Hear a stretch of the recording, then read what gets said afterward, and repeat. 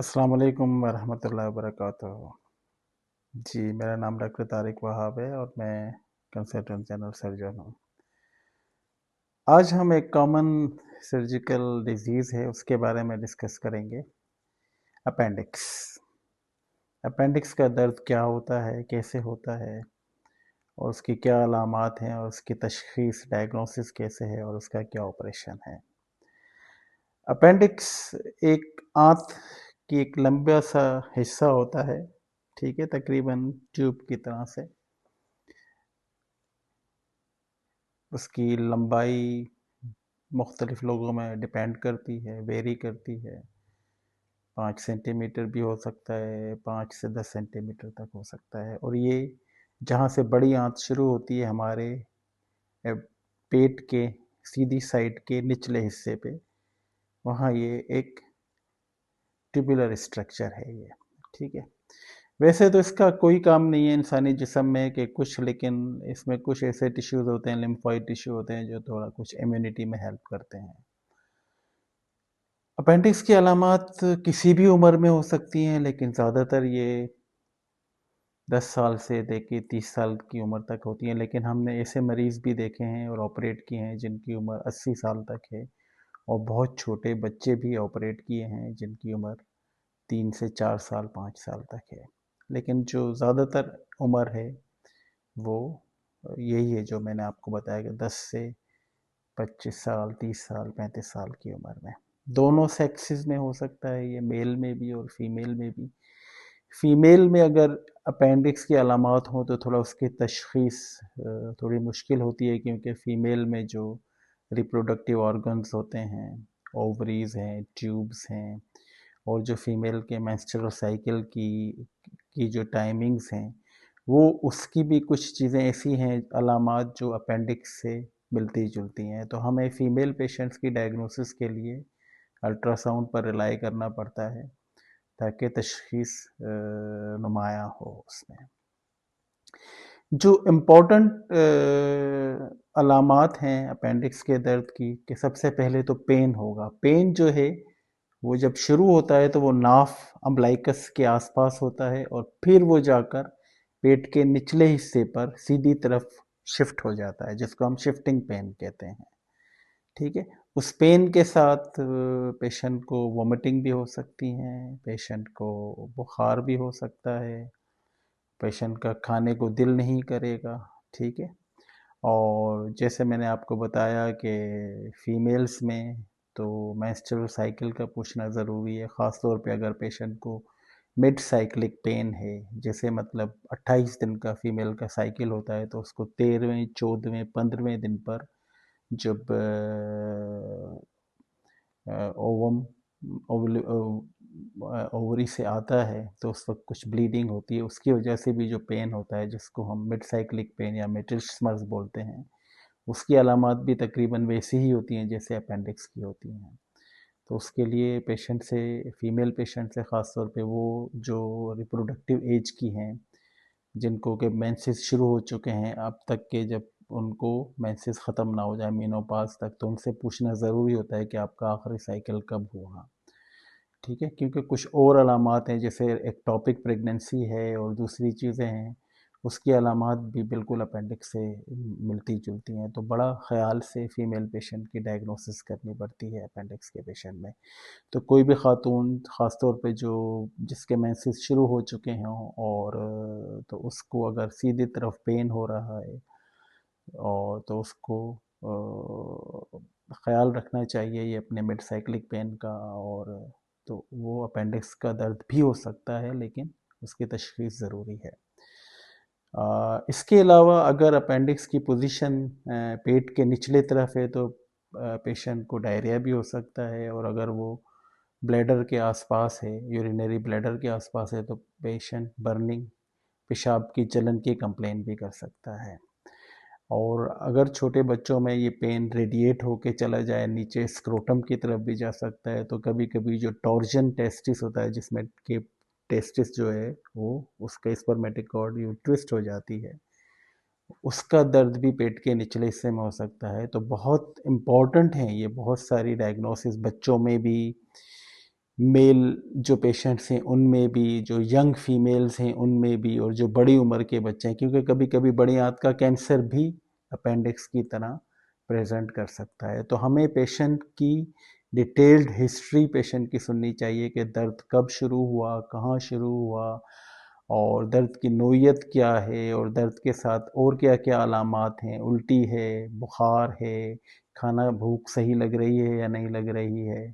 तो ये सारी चीज़ें जो हैं हमने पूछ के फिर पेशेंट को हमने उसको एग्ज़ामिन करना होता है। तो उसके एग्ज़ामिनेशन में पेशेंट को अगर वो इब्तदाई दर्जे का अपेंडिक्स का दर्द है तो ये उसको सीधी तरफ पे पेन ज़्यादा होगा, और खुदा न खास्ता कभी कभार ऐसा होता है कि पेशेंट थोड़ा लेट आता है तो उस वक्त अपेंडिक्स फट चुका होता है और उसकी वजह से पूरे पेट में दर्द होता है।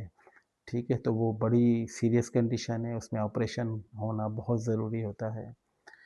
ठीक है, और इसके अलावा जब ये सारी अलामात हो गई और डॉक्टर ने पेशेंट के एब्डोमेन को एग्ज़ामिन कर लिया, और तो उसने एक अपना इम्प्रेशन बना लिया कि जी ये हो सकता है ये अपेंडिक्स का दर्द हो, तो उसके लिए फिर उसको फर्दर इन्वेस्टिगेशंस करनी पड़ती हैं, कुछ ब्लड टेस्ट कराने पड़ते हैं जिसमें हम देखते हैं कि पेशेंट को इन्फेक्शन है या नहीं है। जैसे ब्लड कंप्लीट ब्लड काउंट है, उसमें वाइट सेल काउंट देखते हैं, सी रिएक्टिव प्रोटीन्स को हम देखते हैं कि वो वैल्यूज़ बढ़ी हुई तो नहीं है, वो बताती हैं कि पेशेंट को इन्फेक्शन है। ठीक है, और फिर जो मेन चीज़ डायग्नोसिस की है वो है अल्ट्रासाउंड। आजकल अल्ट्रासाउंड की मशीनें वो बिल्कुल आपको अपेंडिक्स का साइज़ बता देंगी, अपेंडिक्स की मूवमेंट्स का बता देंगी, तो उसमें उसमें आइडिया हो जाता है कि ये इन्फ्लेम्ड अपेंडिक्स है या नहीं है। ठीक है, कभी कभार ये है कि अगर एब्डोमेन में गैसेस की वजह से अपेंडिक्स नज़र नहीं आ रहा, लेकिन अपेंडिक्स इन सारी चीज़ों के बावजूद अपेंडिक्स की जो डायग्नोसिस है वो पेशेंट की हिस्ट्री और सर्जन के एग्जामिनेशन के ऊपर डिपेंड करती है। ठीक है, अब हम पाकिस्तान में, हमारे जैसे मुल्कों में, मतलब हम हर किसी मरीज़ का सीटी स्कैन नहीं करा सकते, बहुत कॉस्टली इन्वेस्टिगेशन है, और गवर्नमेंट हॉस्पिटल्स में भी हर जगह सीटी स्कैन की फैसिलिटी अवेलेबल नहीं है। और अगर रेडियोलॉजिस्ट जो अल्ट्रासाउंड कर रहा है वो इतना एक्सपीरियंस नहीं है कि वो अपेंडिक्स को देख सके, ज़रूरी नहीं है, ये डिपेंड करता है, ऑपरेटर डिपेंडेंट है अल्ट्रासाउंड। एक डॉक्टर की रीड की ऑब्जर्वेशन दूसरे डॉक्टर से मुख्तलिफ भी हो सकती है। लेकिन मेरा जो कहने का मकसद है वो ये है कि आपकी अपेंडिक्स की डायग्नोसिस जो है वो डॉक्टर सर्जन की हिस्ट्री पे, पेशेंट की हिस्ट्री पे और सर्जन के एग्जामिनेशन पे ज़्यादा डिपेंड करती है as compare to the ultrasound and CT. और अल्ट्रासाउंड और सीटी स्कैन आपको एक आइडिया दे देंगे, एक बता देंगे, लेकिन फिर भी आप 100% उसको नहीं कह सकते कि वो है। तो ख़ास तौर पे फीमेल्स में, जैसे मैंने आपको बताया कि जो वो फीमेल्स जिनके पीरियड्स शुरू हो चुके हैं और अप टू मेनोपॉज, यानी जो 45 साल 50 साल की उम्र तक हैं, तो उनमें डायग्नोसिस थोड़ा सा एक डायग्नोस्टिक डायलीमिया होता है। आपको उसको में जो है बड़े ख़्याल से आपको डिसीजन लेना पड़ता है कि क्या है। अब जब ये सारी तशख़ीस हो गई और डायग्नोसिस हो गई तो इसका इलाज ऑपरेशन ही है। ठीक है, हम लोगों ने जब ट्रेनिंग की हुई थी तो हम ओपन कट कट करके अपेंडिक्स करते थे, लेकिन आजकल लेप्रोस्कोपी का ज़ोर है और हर चीज़ लेप्रोस्कोपिक होने लगी, यानी जो की होल सर्जरी है, छोटे छोटे से एब्डोमेन में ओपनिंग्स बना के हम कैमरे के थ्रू उसको करते हैं, और उसमें बहुत ही छोटे स्कार आते हैं, 3 छोटे छोटे स्कार होते हैं, एक नाफ के आसपास होता है ऊपर या नीचे, और एक लेफ़्ट साइड पे, और एक नाफ से थोड़ा सा नीचे की तरफ जाके होता है, और उसके ज़रिए हम अपेंडिक्स को ऑपरेट कर देते हैं। उसका फ़ायदा ये है कि पेशेंट जल्दी हॉस्पिटल से रुखसत हो जाता है, उसको दर्द भी कम होता है, वो उनके इन्फेक्शन के चांसेस भी कम होते हैं। तो बहुत सारे इसके लेप्रोस्कोपी के एडवांटेजेस हैं। अगर लेप्रोस्कोपी की फैसिलिटी अवेलेबल नहीं है, ज़रूरी नहीं कि हर जगह पे अवेलेबल हो, और ये थोड़ा महंगा ऑपरेशन भी होता है, तो नॉर्मल जो कट करके ऑपरेशन होता है उससे ऑपरेशन है। मकसद ये है कि अगर किसी भी मरीज़ को जो है ये अलामात हैं तो वो जल्दी जाकर डॉक्टर से रुजू करे और तशख़ीस कराए, क्योंकि अगर खुदा ना खास्ता अपेंडिक्स फट गया तो वो पूरे पेट में उसकी पस फैल सकती है, जिसकी वजह से पेशेंट को बहुत पेचीदगियाँ हो सकती हैं और बहुत ज़्यादा अरसे उसको हॉस्पिटल में रहना पड़ता है।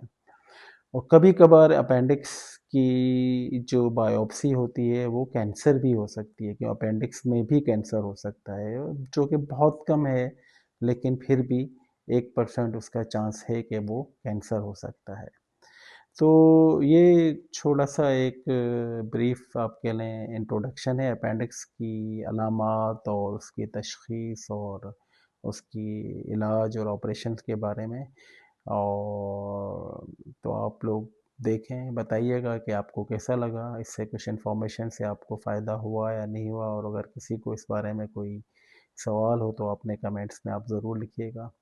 ये इस प्रेजेंटेशन का, इस वीडियो का बनाने का मकसद, ऑफ कोर्स अगर मेरे जो कुलीग्स हैं उनको तो इस चीज़ का ऑलरेडी आइडिया है ही है, लेकिन जो कॉमन लोग हैं, जो जो हमारे दूसरे सब्सक्राइबर्स हैं, तो उनके लिए ये बड़ी फ़ायदेमंद होगी। और मैंने इसीलिए ये उर्दू में प्रेजेंटेशन की है। हालांकि उर्दू में मतलब कोई बहुत सारी मेडिकल टर्म्स हैं जिनको मतलब मुझे नहीं आइडिया कि हमें उनको उर्दू में कैसे डिस्क्राइब करूँ, लेकिन फिर भी अगर किसी को कोई चीज़ क्लियर नहीं है तो वो कमेंट्स में लिख सकता है। मेरा इस चैनल पे ये कॉमन कॉमन चीज़ें डिस्कस करने का मकसद भी यही है कि ज़रूरी नहीं है कि हम एक ही चीज़ को फोकस करें, स्पोर्ट्स को फोकस करें। I don't want to put political things in my channel. Our this is our family channels. और तो इसमें हम ये अवेयरनेस के लिए ये चीज़ें करें। मेरा जो मैंने पहले, इससे पहले गॉल ब्लैडर, पित्ते की पथरी और उसके बारे में किया था, तो काफ़ी लोगों ने मुझे कहा कि वो बहुत अच्छा था, उनके वो अच्छा लगा और वो बड़ा हेल्पफुल था। तो इस तरह मैंने इसीलिए अपेंडिक्स के ऊपर ये किया, ये क्योंकि ये भी एक कॉमन चीज़ है हमारे लोगों में। और वो हर पेट का दर्द अपेंडिक्स नहीं होता, और हर अपेंडिक्स की तशख़ीस बहुत ज़रूरी है, फिर ऑपरेशन होगा। नॉर्मल अपेंडिक्स निकालते हैं लोग, ठीक है ना, मतलब 10% फिर भी नॉर्मल हो रहा होता है, लेकिन हर अपेंडिक्स, नॉर्मल अपेंडिक्स को निकालना ज़रूरी नहीं है, ठीक है। तो इसके लिए तशख़ीस बहुत ज़रूरी है। तो हम मिलेंगे इंशाल्लाह अगली अपनी किसी और में, ब्रेस्ट डिजीज़ के अवेयरनेस के बारे में, हर्निया के बारे में, और दूसरी जो कंडीशन है उनके बारे में। अपने कमेंट्स देते रहिएगा, और बैठक चैनल को सब्सक्राइब करें और लाइक करें, और अपने दोस्तों को भी कहें कि इस चीज़